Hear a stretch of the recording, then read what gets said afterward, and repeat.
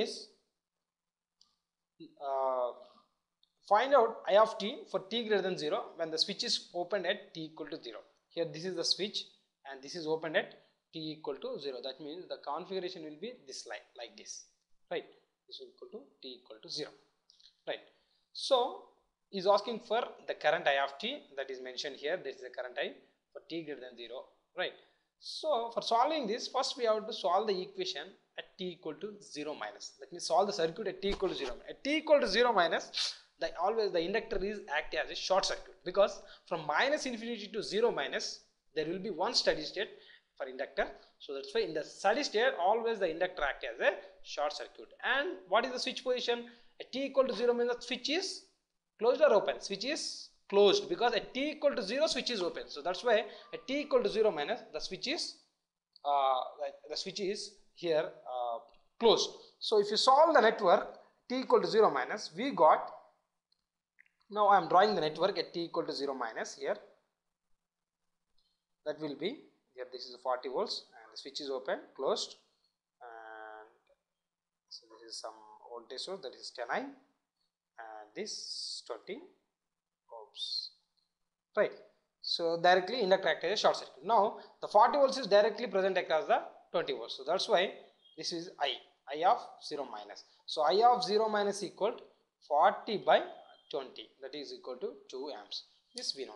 Now at t equal to 0 minus the current through the inductor is 2 amperes. At t equal to 0 plus also, that means I of 0 plus is also the current through the inductor is similarly like at t equal to 0 minus, because the inductor is a property that it does not allow the sudden changes in current. So from 0 minus to 0 plus, the change in time is approximately 0. So that's why the inductor does not allow the sudden changes in current, whatever may be the circuit configuration. If you observe the circuit configuration at t equals 0 plus, this will be open. So the circuit will be simply like this. Means so like this, right? So but still the current is 2 amperes only. Now at t equal to infinity we have to observe. At t equal to infinity, the circuit will be something like this. There is no voltage source here because the switch is open. So this is the circuit at t equal to infinity. Is there any independent sources present in this network? No, nothing is there. So that's why the current I is equal to here 0. So at t equal to infinity, the current I equal to 0, but at t equal to 0 minus, the current equal to 2 amperes. At t equal to 0 plus also, the current equal to 2 amperes. And we know that the formula for the current I of t is equal to, the formula for current I of t equal to final value minus final value minus initial value into e power minus t by tau. So that means the value of the current at I infinity is the final value minus I infinity minus I of 0 into e power minus t by tau, where tau is the time constant of the network, right? I am writing here, but tau equal to L by R equivalent. Now we have to find out R equivalent in this network. That is very important thing. If you want to find out the R equivalent, we have to observe the network at t equal to infinity, right? At t equal to infinity, the network will be this, simply, right?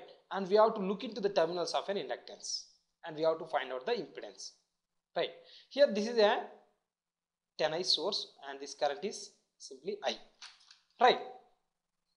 This is our 30 ohms and this is a 20 ohms, right? So this is the network at t equal to infinity. Now if you observe the network from the inductor terminal, then you have to find out what will be the resistance. Here this is a dependent source, that's why we can't short circuit the dependent source, because generally the procedure for finding the resistance between any terminals is, first we have to open circuit, first we have to kill the sources. The killing the sources means we have to short circuit the current voltage source and we have to open circuit the current source. That is the procedure. But here we don't short circuit this source because this is a dependent source, right? So that's why we are not short circuiting this. So if you observe a KVL here, or I can say one method is, if you apply a voltage here from this terminal, if you apply a voltage and find out the current I, then the V by I nothing but a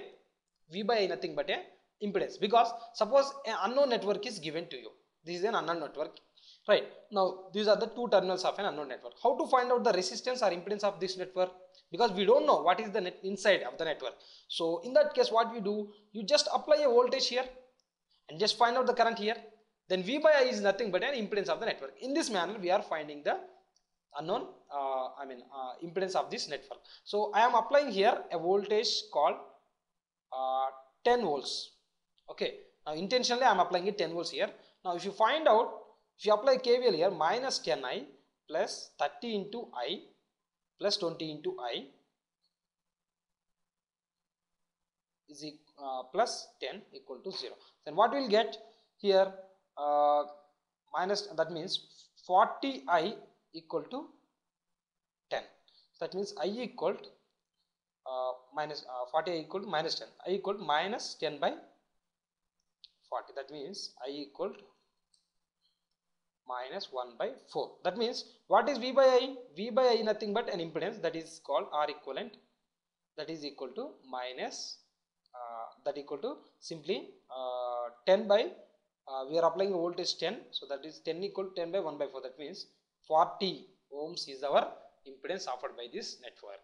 So the 40 ohms is impedance offered by this network, and we have to find out the final equation. I am writing the final equations here. Right. Now what is the value of tau here? Tau equal to L by R. L equal to what here? L is 2 and R equal to 40 we got, and that means we will get 1 by 20. Right.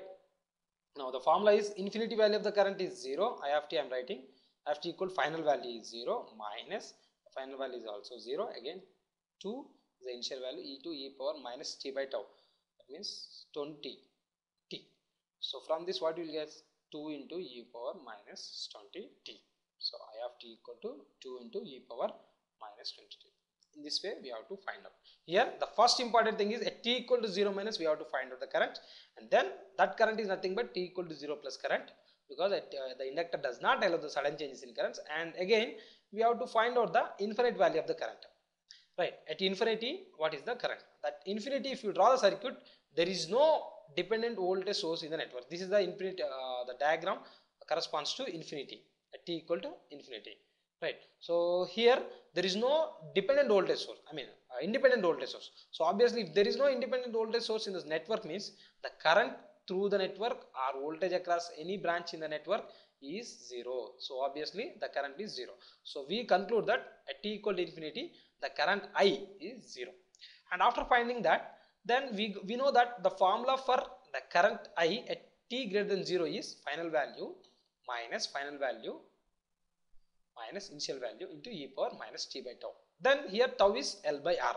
Then the important thing is we have to find out the R equivalent. R equivalent can be found with the help of this method.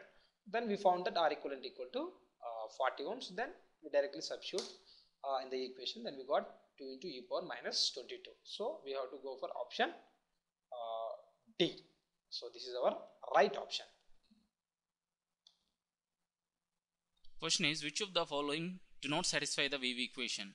Here, if we observe the following functions, we can say that is satisfying the wave equation if it contains only the function of frequency as well as the axis of the propagation. But if we go to the option D, it is consists of square of the cos function, means it includes the DC term too. So it's not going to satisfy the wave equation. Hence the option D is the correct answer. In this problem, it is given that z is equals to x plus jy, where j is a unit vector and x and y are real numbers. Now we have to find the value of modulus of e power jz. Now we know that z is given as x plus jy, so we will substitute them. That is equals to e power xj minus y, since j square is minus 1. Now this can be written as e power minus y into e power xj, which is equals to e power minus y into cos x plus j times of sin x. Now we know the formula e power I theta is nothing but cos theta plus I sin theta. Similarly, e power xj will be cos x plus j sin x. Now modulus of any real number is nothing but root over square of the first real number plus square of the coefficient of imaginary number, which is cos square x plus sin square x. Now that is nothing but e power minus y, which is option D.